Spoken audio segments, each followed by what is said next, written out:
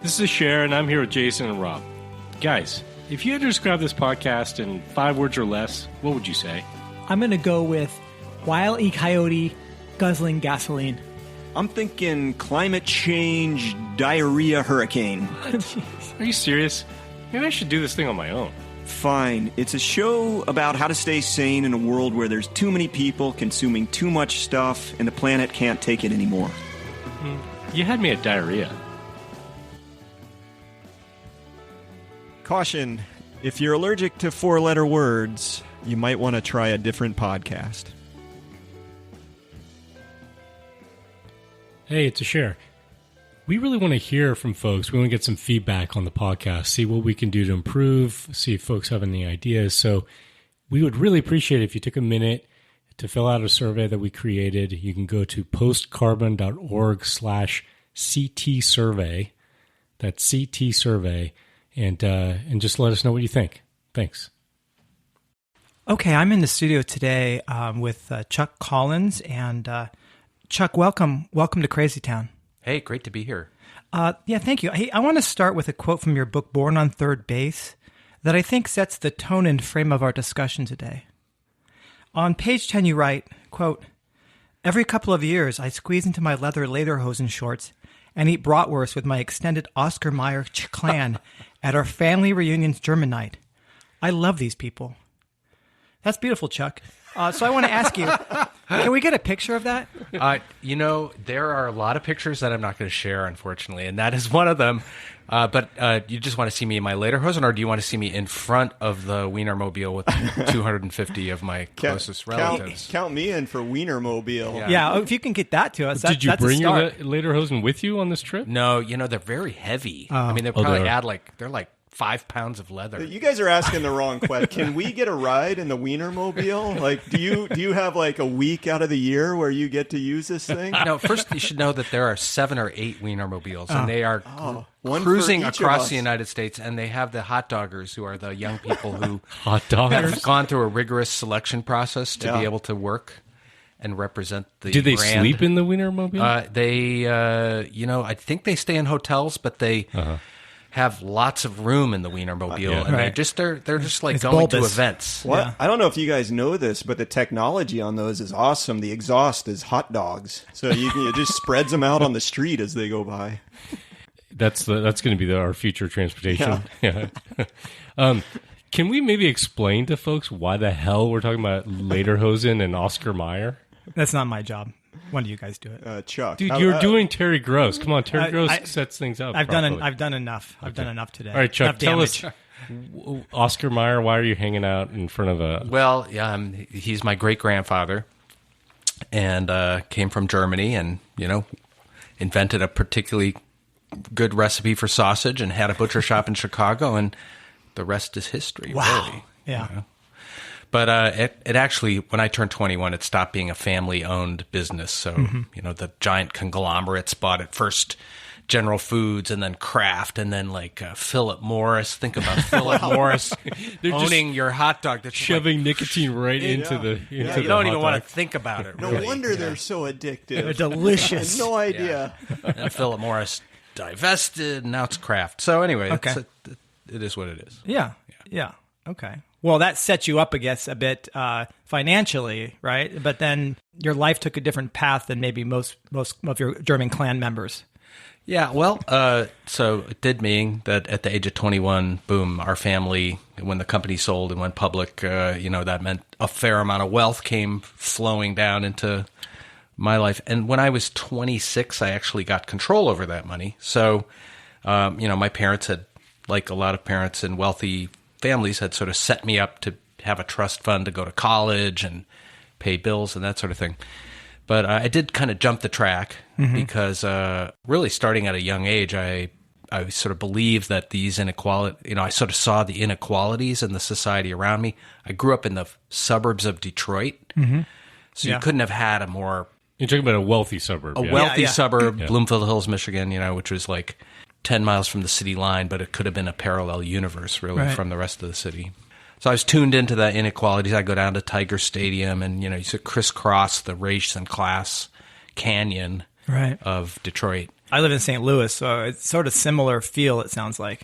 Yeah, like East St. Louis, you know, these. But And North Detroit, St. Louis versus North the St. West Louis. Side. Oh Detroit my was the champion city punching bag of kind of the being beaten down in America, though, right? I mean, I can remember like, it gets made fun of in comedy movies all the time. Yeah, I mean, I'm old enough to remember Detroit when there were 2 million people who lived there as opposed to 650,000 now. You know, I mean, Wow. it's like it just hollowed out. There was extreme white flight, whole neighborhoods that were just, shells of houses, open fields.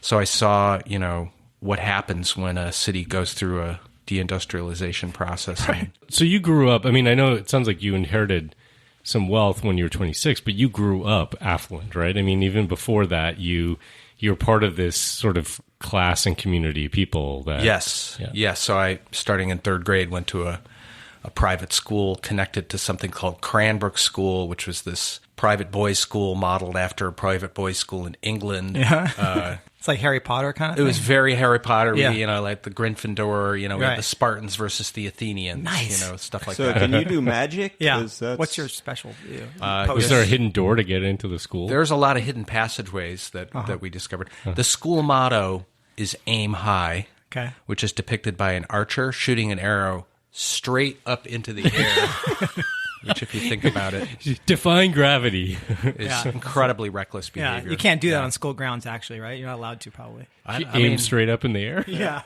Like recess. That should be I think every. that's just not recommended generally. No. See, I think every student should have to do that as a rite of passage. You guys Yeah, stand duck, there yeah. watching the arrow come down and just hoping it's not gonna. Yeah. Wow. It's their version of dodgeball. Right. but Mitt Romney went to my high school. Ivan Boesky, and I remember he was like this, one of these Wall Street, an earlier generation of Wall Street robber barons, the dictator of Central African Republic, Teode Obedeng, went there. There's like, and as well as Daniel Ellsberg. And Daniel Ellsberg, when I was a senior, I hosted Daniel Ellsberg for 2 days on campus of talking to students. So it was kind of... So wait, who is he? I don't know. Pentagon Papers, Daniel Ellsberg. Okay. Oh, wow. He released Yeah. the Pentagon Papers. So he's a kind of a example of somebody who also jumped the track a little bit. Right. So- Tell us how you jumped it. Yeah, I mean, so you said you grew up kind of like recognizing that there was this, you were living in sort of a bubble or in privilege, yeah? Sorry to interject this, but every time you guys say "jump the track," I'm picturing the Duke boys from Dukes of Hazzard in their General Lee car jumping my railroad. gosh. I think cars. people in the suburbs of Detroit would have been horrified. Yeah. You're from Atlanta. Yeah, did so you guys that watch explains that show in the North? Yes, we Okay. did. And there's some similarity, meaning, I was on track to be in my class in a certain milieu, go to the country club, go to college, get a business degree, Is this what your cousins did, for example? And- a lot. I have a pretty diverse, extended family that, and by the time the fourth generation of a business comes along, people Yeah. are Yeah. marching to their own drummers to a large extent. So I have some pretty awesome cousins who are doing amazing work in the world. I have a cousin who would put on a burqa and slip into northern Afghanistan and bring money to organize and fund schools for girls. Oh my God. Not the exact, not your image of a typical heiress. Yeah. So, but in my own case, I think I was just tuned into these inequalities. I had a job in my mid-20s, which was I worked with mobile home park tenants who were, they owned their mobile home and they didn't own their land. And so these predatory mobile home park buyers would come along, and my job was to help them organize so they could buy the parks and own them as cooperatives. And I worked with this great group that just was working on land and housing control for tenants. And actually that group today, still one of them is around, and they just did their 125th resident mobile home buyout in the state of New Hampshire. Wow. So tens of thousands of people own the land under their mobile homes. And but for me, growing up in a very privileged, wealthy family, it was kind of like a mind-blowing experience because I was the one who knew everybody's private information. Like I would be like, okay, Jason, what's your savings? What's your income? What do you have toward the park? Like I knew everybody's like private tax information. So part of my mind was blown by like, whoa, these people have so little money. How are they getting And by? they're just struggling and surviving. And this was like in the 80s when real wages started to flatten out, after 30 years of sort of rising wages. People were starting to like figure out, how do I survive? As my expenses go up and my wages stay flat. They didn't wait long enough for the trickle down. Still waiting. They're still waiting, unfortunately. Yeah. Exactly. So I had this intimate front row seat to people's economic struggles, and of course I made friends with people. And there's this one older couple, Harlan and Mary Perrow. They were like. He was like the retired shop steward of Greenfield Tap and Die. He had been a union guy all his life. He was living in a mobile home. He had his entire nest egg. He told me, I have $25,000 saved away. He was the wealthiest person in the mobile home park. Yeah, right. Yeah. And then at the other part of it is I had this front row seat to growing up in a wealthy family. So I'm like I go home to Michigan and people are like, yeah, I'm invested in this fund and it's earning 29% return on investment. Or, we just sold the house. We bought it for X and we just sold it for 50X and we're buying property. And, so like on the one hand, it's like wealth creating wealth, there it is right there. I'm seeing it. And then there's like people struggling with less. Right. So that was what I was wrestling with in my mid-20s. And it led me to believe that I don't really want to live in a society where inherited wealth creates such divides. Yeah. And I didn't fully understand the inequalities we were living in, but I understood it enough to be like, I don't want to be on the side of the accumulation, extracting, taking money from people who have so little and, boosting my own wealth and investments, that kind of thing. Right. I'm kind of curious about, what really depresses me a little bit and is I've heard this. I didn't grow up super wealthy, but I've had enough conversations with people who, have some decent means or did grow up wealthy and are still doing pretty well. And often there's an element of, well, we deserve this, and there's a problem with them, and that's why they can't get where they're, get ahead. It's often blaming the people who are poor. Yeah, they just need to work harder. Yeah, something like that. And so it's really sad because I guess obviously you live with we're close with those folks, and you're like, well, there's nothing actually wrong with their work ethic or their morals or whatever, So I don't know if you had experience with that. It was sort of off-putting as well, and what it does to people who are wealthy but then are somewhat impoverished because they're throwing up this wall between them and other people. What you're describing to me is at the center of what's gone awry. I mean, the stories that people have that justify their wealth. I mean, in my case, it's like so clear that I just was born on third base. I won the lottery at birth. I picked my parents. I picked the right parents and born at the same right moment in history to catch this wave of wealth. But there are people that I love dearly, but they have a mythology of deservedness. Right. If I were going to put it on a bumper sticker, it's everyone is where they deserve to be. Yeah. So if you have a lot of wealth, it's because you're virtuous and you've done something to deserve it.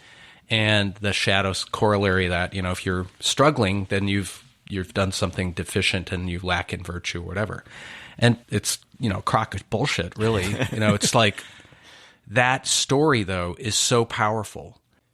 And I even see people who are like me, born on third base, but they've like reinvented themselves to be venture capitalists. Right? Yeah. Like they've figured out like being a trust fund baby has kind of got some stigma, but if I'm a venture capitalist, I'm associating with people like you who are doing entrepreneurial, things. Now I'm on the virtue side. Yeah, you're putting your money at risk, but I'm a risk taker. But I'm sure you've got a good nest egg that's low risk. Right. But isn't it also the reason these stories perpetuate is that you can find anecdotes that do support it, right? So you can pull the bootstrap story for the occasional person. Yeah. But it's not it's such the outlier. It's not the real story. In fact, your family's origin story is that, right? I mean, it was Oscar Mayer, like...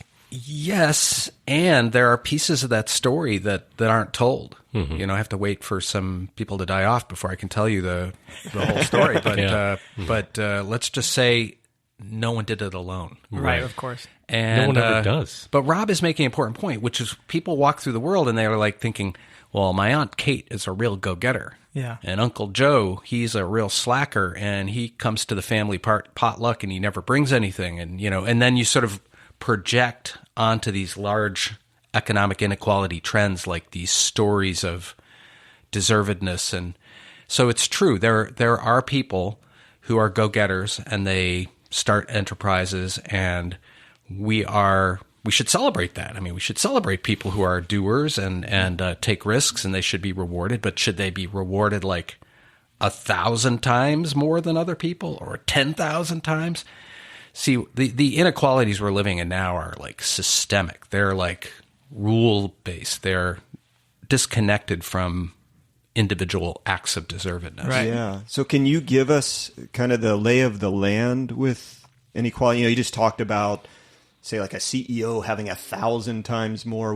I know we've entered an age where the gaps between the haves and the have-nots are growing, but you are way more knowledgeable than the three of us on this. Can you just give us the geography? Yeah, I think we're in this period of extraordinary inequality.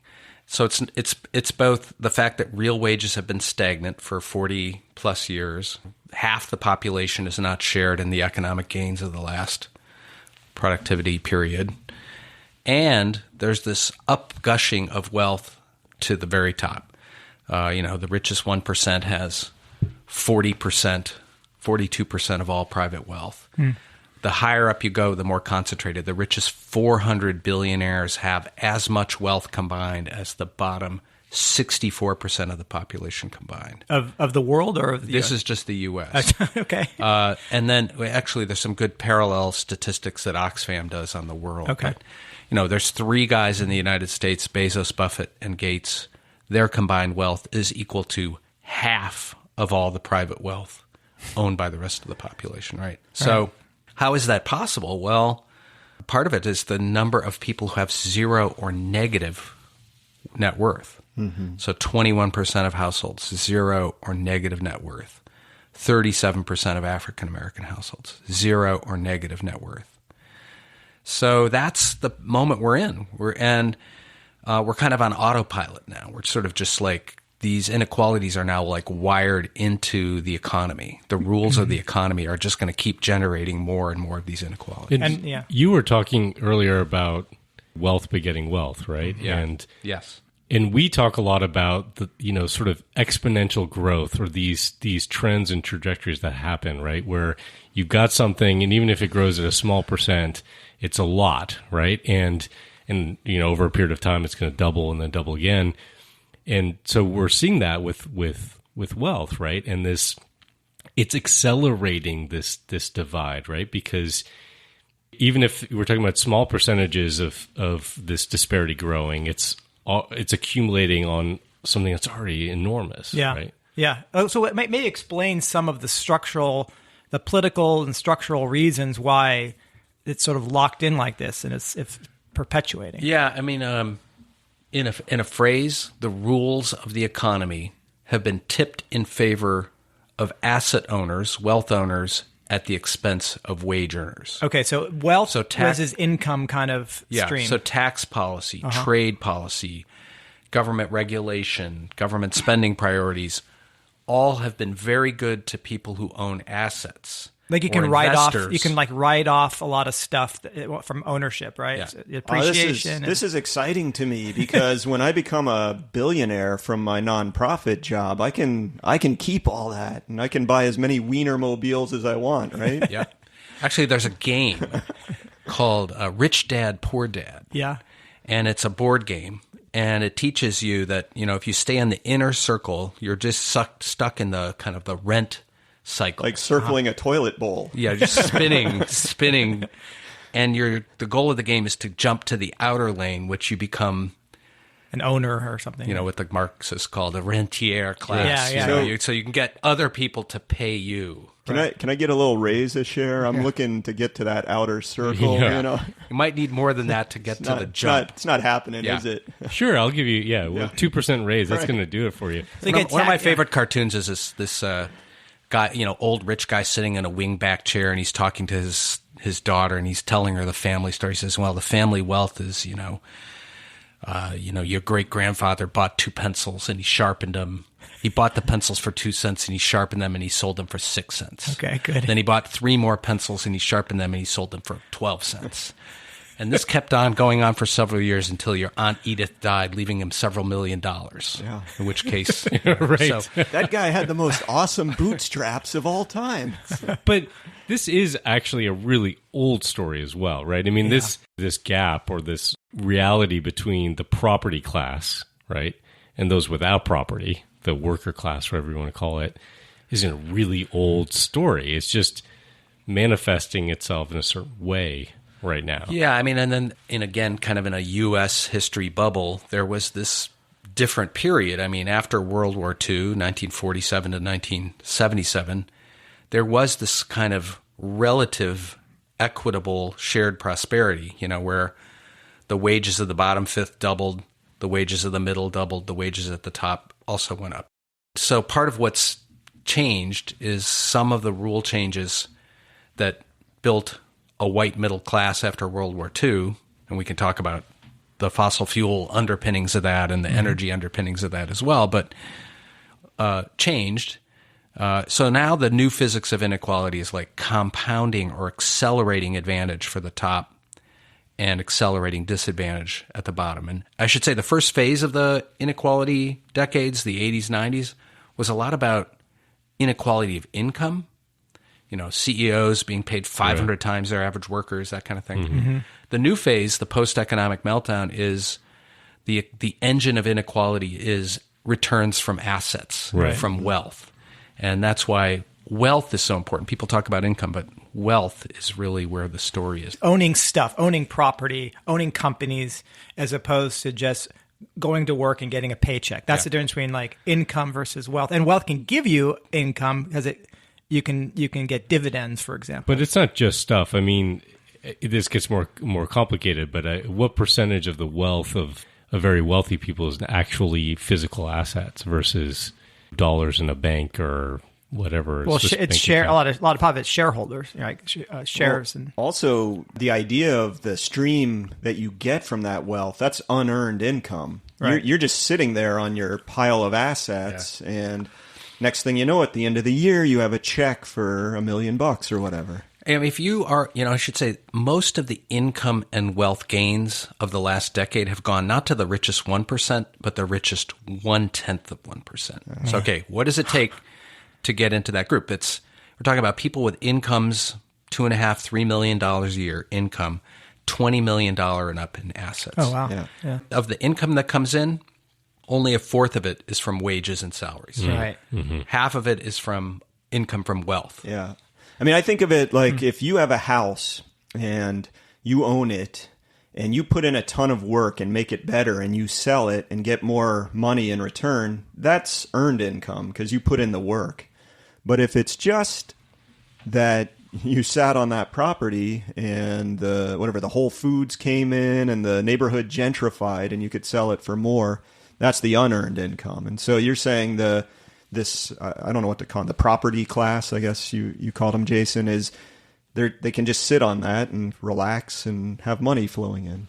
And that's the problem with your scenario, Rob, of getting a raise and becoming a billionaire. not going to be there. I think it's going to take something else, you know? Although it is interesting to me, you listed the three wealthiest people, right, in the United States.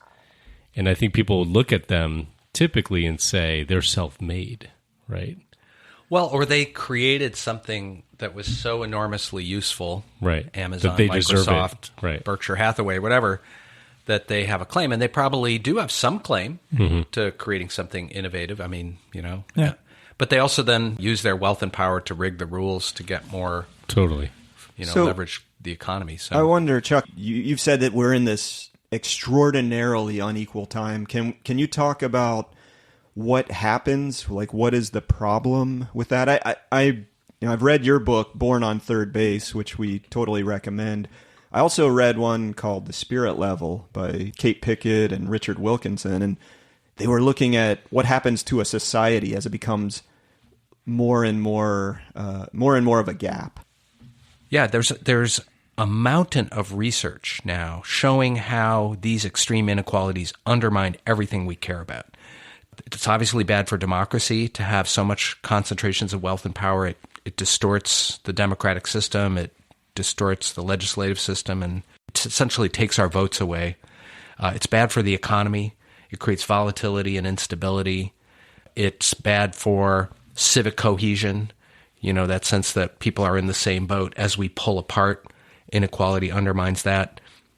As you said, Kate Pickett and Richard Wilkinson, they write about how it's bad for your health to live in a society. It's even bad for your health if you're wealthy to live in a society with extreme inequalities of income and wealth. Their newest book, The Inner Level, basically is arguing it's bad for our sense of well-being.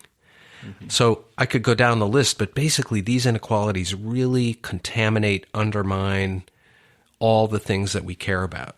And if you think about from the perspective of we as a society need to be able to respond to the ecological threats that we're facing, it's also thwarting our capacity to respond in a nimble way.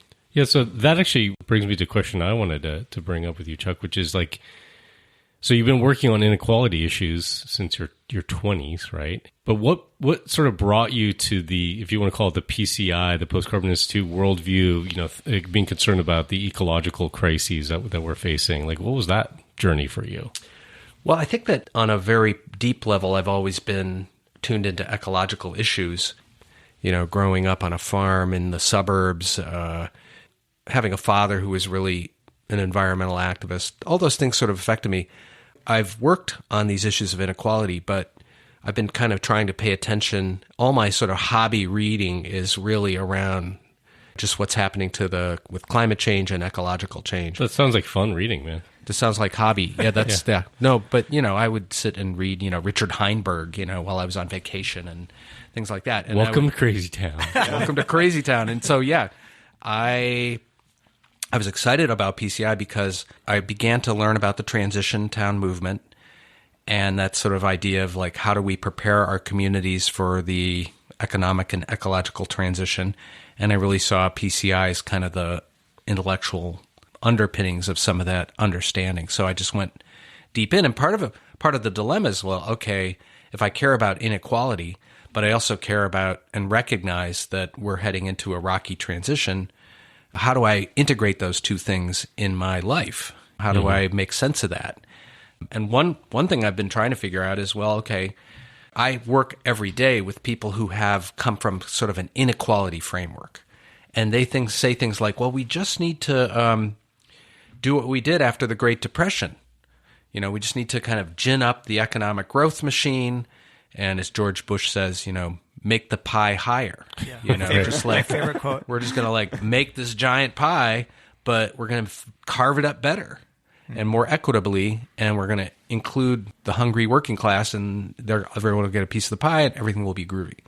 And so you hear that enough, and then part of my, I'm just in my mind going, yeah, we don't have that playbook. That is over. We're not going to extract and burn and dump our way toward some kind of economic growth that's going to create inequality. So then that means, well, how do we reduce inequality on a finite planet? How do we do it in such a way that recognizes we're operating with a whole different set of constraints? We had those constraints before. We just didn't know. You mentioned Richard Heinberg, right? He's a colleague of ours, and his two probably best known books. The first one is The Party's Over, and the other one is The End of Growth. So how do you tell people who have been trying to address these systemic inequalities, these structural inequalities, and want to ensure that there's opportunity and prosperity for people who've never had it, that the party's over, right? Yeah. I mean, that can't be an easy message, I imagine. No, I mean, in some ways, you just don't stand up and bellow it out. It's kind of like you're talking to somebody about a terminal illness. Mm-hmm. You sort of have to kind of engage in a very pastoral way. I mean, I could think of hundreds of people where, one of my colleagues who is Peruvian and has worked his whole life, and I remember telling him about Richard Heinberg's book, The Party's Over, and Carlos and I, we were on one of these long drives where two guys in a car and we're just looking, eyes fixed straight ahead. We're not looking at each other. We probably couldn't have had the conversation That's if we the were. best way to have a tough conversation right there. But he was like, but, I've been wanting to get to that party, Yeah. In fact, he says, I've been working at the party. I've been like parking the cars at the party and working at outdoors. the bartender. Yeah. And now I want to be in that party. I want to have the consumption lifestyle. I want to have the benefits of the sort of carbon-infused boom. Right. And we're not just dealing with that here domestically in the U.S. It's the big, grand challenge in terms of international climate action, right? Right. Yeah. I mean, for someone like me, where not only did I have the benefits of my economic class, but I live in the United States. I even look, I think about my parents' generation, whose entire lives, they basically rode this wave of fossil fuel infused economic growth. They thought it was about something innovative in the economy. Right. That they thought they were just really smart and did the right thing and good moral values. They just rode this wave. And then, how do we talk about that with people who didn't have any of those advantages and privileges? I think one way we should make a cocktail called fossil fuel infused economic growth, and it'll actually have gasoline in it, and then we can all raise a glass and We drink. should light it. One of those drinks that you set on I fire. think they're Molotov cocktails. I think is what you're talking about. Yeah, maybe. Oh, we don't want. We might that's be the thing. using them for different purposes. Yeah. I mean, that's what's scary. Okay, now that you're bringing up social disruption and Molotov cocktails, that's what scares me. Is you have a class of people who are like thinking about runways and bunkers in New Zealand. Okay, who's setting up economic and social policies in the U.S. and funding politicians, and they're all saying, "Oh, we're going to make things better. You downtrodden masses, we're going to make the pie higher." But when you look at what they're doing with their acquisition of property on an island in the South Pacific, you're wondering, do they really believe this story? And so, I'm just wondering if among people who are pretty wealthy, if you've talked to them, we brought up Douglas Rushkoff. Yeah, maybe you can. Yeah, so Douglas Rushkoff is someone who's a great guy who's been a critic of technology for a long time, and he runs the Team Human podcast and wrote. He wrote a book by the same Stones title. At the Google bus. And he's been writing about technology for a long time, but a lot of his work recently is actually talking about some of these limits, and connecting it to climate change and other things. And I guess he had related a story about how he was invited, he thought, to this public talk and got this fat honorarium, and it turned out there were 5 billionaires in a room who just want to pick his brain. And, the question for them was like, how do I make sure my guards, my security detail still takes care of me after everything collapses and we're hiding out in New Zealand? Yeah. I have talked to those folks too, and I think like a lot of wealthy people, they hedge their bets based on a number of scenarios. That's how they've gotten wealthy, is they've diversified. They haven't put all their eggs in one basket. So they actually might be funding movements to address climate change and funding technological fixes. And they're looking at their own private, personal bunker situation, Right. My message, I've had a number of audiences where, I've talked to some billionaires and wealthy philanthropists as part of talking about the Born on Third Base. And my message is, look, this whole idea that you're going to somehow find a privatized solution to the larger global ecological crisis is delusional. I mean, the rich have always tried to live apart and built parallel things, but we're talking about a planetary crisis, and that mountaintop redoubt that you're getting is going to get choked with forest fires, and the island that you're buying is going to get swamped, and there really is no, short of the kind of science fiction Elysium scenario. Those of you who watched the Elysium movie, which we brought it up in a previous episode. Yeah, I mean, it's like that is some wealthy people are thinking like, I'm just going to go up to that satellite, climb into that med bay and live to 150 years old, and Earth is going to be a shithole, and that's too bad, It's why Elon Musk is trying to get us to Mars so fast.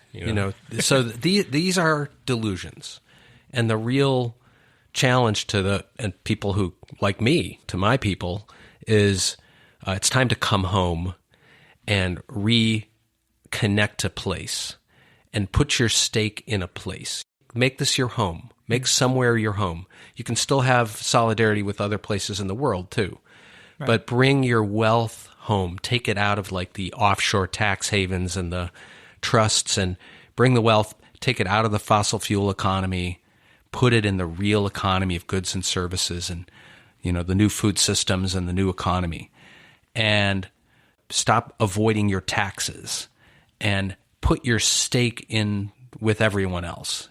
In a way that is, I believe, in the interests of these wealthy people. And what I mean by that is they're living disconnected lives. Yeah. Privilege and wealth is a disconnection drug. Keeps people from recognizing their human solidarity with each other. And this is the way to get people to come home. And so, yes, the party is over. The fossil fuel infused cocktail party is over. But we need to create a better party of human connection and celebration. And a lot of that's going to be place-based, community-based. And rich people have a role to play. Not they shouldn't run the show, but they have resources that they can bring to that process that will help that transition be a little less awful. Right. I think there's a lot here that just comes down to psychology, because we've been talking about how the framing that people give to themselves in terms of their privilege, right? That they somehow had earned it, or they're where they should be, and other people are where they should be. There must be a reason for it. Is a psychological trick to justify where they're at, right? And hedging your bets or trying to create some kind of doom or escape pad or whatever, is a psychological thing around fear, dealing with fear. And there's a psychology of social status. I think a lot of people with privilege are, like everybody, are concerned about their relative status. And so they see other people with more wealth than them, and they want to sort of keep up with the Joneses that way. That's sort of true for all of us on some level. It's just magnified, right? It's at a much larger scale for those folks. So it needs to be a shift in psychology in a sense. Like your social status might need to come from being part of a community where you see yourself as equal with people who don't have have not come from the same privilege as you, which means that psychologically you have to let go of the thing that you had wrapped yourself in for a long time, which is that there must be a reason why you had this and that you're better than other people in a sense. You know? A couple observations. One is there are a lot of people waiting to be invited to something bigger and more meaningful than consumption. I have met them. Yeah. Mm-hmm. They don't know how to navigate their way. They haven't found their way to the community, to that place. The other is that there's part of our wiring, which is fight or flight, individual protection, security, lizard brain, whatever. But now we're learning there's a whole other part of our wiring, which is about mutuality and reciprocity. And that when we are engaged in a barn raising or a community endeavor, or we're in solidarity with others, there's something lights up in our brain. It's just like chocolate, sex, and all the things that make us feel alive. So we need to create more opportunities for us. That's the better party. The better party appeals to that part of our nature. We have multiple natures competing. So which one? A chocolate sex party, that sounds pretty good. Yeah. What I also think about is you're talking about this human divides, whether it's wealth divides, it's racial divides that, we really have to come together. And the other thing that, that's gotten me that I get called on sometimes is like, oh, you're talking about protecting the environment, or, you're worried about endangered species. You care more about that lizard than you care about people. And I'm like, wow, what an amazing reaction. When what I see is like, no, I'm connected to the whole world and I rely on this whole planet. And if, that lizard's or whatever it is just the canary in the coal mine, which is the air I breathe and the water I drink. And so getting across it, it's not just that we have to come together as humans, but we have to realize that the human family, in a sense, is really connected to all the other species on the planet, and that we have to protect all of that. Yeah, I mean, in a way, we're trying to, at the beginning of Born in Third Base, I have this Thich Nhat Hanh quote, we are here to overcome the sort of myth of our disconnectedness, our disconnection from each other and from Gaia, from the earth. And they really are together, and it's too bad that people will pit humans versus caring for the earth. Mm-hmm. And you can understand how that happens, because if you're in survival mode, you are just thinking about whatever you need to do in the immediate term to survive, and sometimes that has a really negative impact on the earth. And that there is a privilege or advantage of being able to step back and sort of see that whole web and how it interacts. But that's unfortunate that people kind of use that against each other. But that's the crazy thing, is because of this economic inequality we have, there's a lot of people in survival mode that really shouldn't be. And so that's what gets me. I want to get everybody, as many people as possible, to say, I'm not in survival mode. There's enough here with the fossil fuels we have, with the land base we have. It's just that the system's been rigged to put me in survival mode. So I can't really care about the long term, about survival, not just for myself and my kids, but for maybe thousands of generations of humans and other species that we inhabit this world with. And that's why I think the inequality is so dangerous, because it doesn't allow people to think about that. I mean, that is what I want people in the environmental movement to understand. Without dealing with the equity issues, we're not going to be able to build the movement to save Gaia, because we're going to be constantly pitted against each other.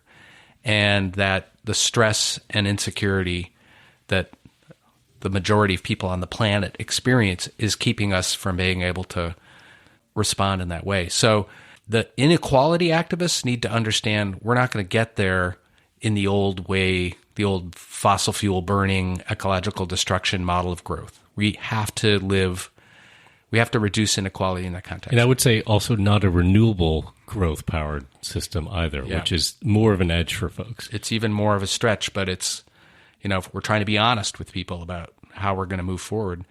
And we're not going to be able to kind of build the movements we need to defend the earth and make this transition without dealing with the gross equity and inequality issues. So they're really wound together fundamentally. Yeah. Hey, I want to bring this full circle. I think I can speak for Jason and Asher that we find Chuck Collins to be one of the people that has influenced our thinking the most. We read your stuff. We have you on our board. We call you up when we're in times of crisis and get good advice. And you know what you're talking about. And I want to have you tell our listeners, we talked about you getting all this money at 26, but can you talk about what happened after going into the mobile home community and working with them and what you did in your private life?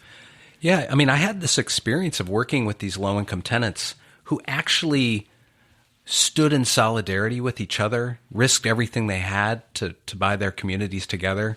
And part of me was like, at the age of 26, was like, wow, I want what these people have. I want to live in a community where people are all in for each other, where there's reciprocity. And having grown up in a wealthy family, I didn't have to ask for help. I didn't have to depend on other people. That's one of the ways in which wealthy people get isolated and disconnected. And so in order to move forward, I felt like I needed to give the wealth away. I didn't fully understand all the other advantages I had that were kind of more hardwired into my existence, being male and white and 4 generations of economic stability and, on and on and on. To be honest, I was at that point kind of clueless. Yeah. But I understood that the money was one of those barriers. And in a way, I think there's maybe something to be learned from that process of relinquishment, which is my life. Now I'm almost 60, so 34 years ago making this decision has enriched my life considerably. And it's not because I'm taking private jets anywhere. It's because actually I'm taking the bus or I'm walking or I'm living in a community. I'm in a place. I have neighbors. I have to depend on other people. And that's the spice of life. Yeah. That's what's the true enrichment. And it's not like every day is fantastic, but I'm fine, And if there's huge adversities and things go wrong, I have a community that I think will, that I'm part of helping other people and other people will help me. And that was the big lesson was, you want to be part of a our real security is in our relationships in our community, and to the extent we can build some support institutions to help us face the rocky transition ahead. I really appreciate the ideas and the sentiment, and I think the idea of money as a barrier, as a disconnecting force. I'm going to go out and burn a share in Jason's money. I think that's my... I appreciate that. That's my next move. You really here. want to help them. Yeah. Yeah. I just want to say that one of the takeaways for me from this conversation is thinking about empathy and privilege, and sort of call on all of us to think about our relationship with these things, because certainly there's a call to action here for people who are truly privileged. They're part of the wealthy class, right? There's a big invitation to them there. But I think there's an invitation for all of us, and the invitation might be to recognize that we may not be as privileged as those people, but we have a lot of privilege. And some of that privilege actually happens to be the time that we were born into. And if you're listening to this, you're already privileged on some level. We certainly are, those of us in this room. And part of our relationship with privilege might also be to make an invitation to people, to be empathetic and to recognize that it's easy to vilify these folks. Some of them are worth vilifying. I like to vilify economists, but we also need to invite them to be part of the solution. And that means that we have to sort of step outside of ourselves and realize that here we are in a time of political divisiveness, and that is not going to get us through. We are going to have to come together, all of us, and that means recognizing that we're all human and have more in common than we have, different. One of the things I've come to appreciate is a lot of my neighbors have things I need. They have resourcefulness, they have life experience, they have skills and insights that I didn't grow up with. And as somebody who grew up with some privilege, I have a few tools in the toolbox that I can bring, not just money, but sometimes a sense of agency and sometimes a sense of other possibilities. So, I think that is part of this coming together, and part of the preparing for what we call the great unraveling. Yeah. That we're going to need all hands on deck. We're going to need all the insights that each of us have from our various upbringings and the communities and places in the world we come from. That will be part of how we hold our communities together. Okay, well, it's a pleasure to have Chuck Collins here in Crazy Town. We're going to jet away in a Wienermobile while firing arrows straight up in the air for the rest of the day. Corvallis will never be the same. Yeah. All right, thank you. Thanks, guys.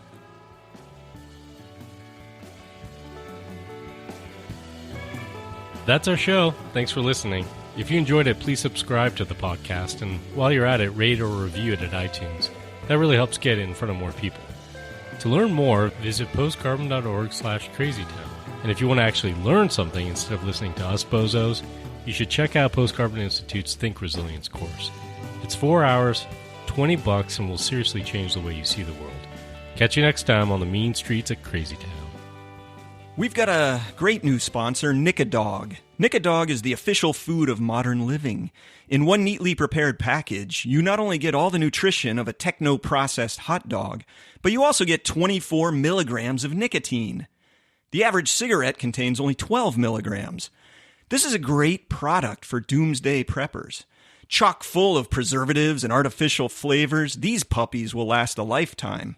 We're not sure, but they may even be made out of actual euthanized dogs. And in a marketing coup, the Coney Island hot dog eating competition is switching from Nathan's Famous hot dogs to Nicodogs. The world champion hot dog eater is a guy named Joey Chestnut. He ate 74 Nathan's Famous hot dogs in 10 minutes at last year's competition. Imagine how he's going to feel after ingesting 74 Nicodogs. Surgeon General's warning. The lethal dose for ingesting nicotine for a human adult is 60 milligrams. Never consume more than 2 Nicodogs in any 24-hour period. Each Nicodog package comes with a large print phone number for the Poison Control Center.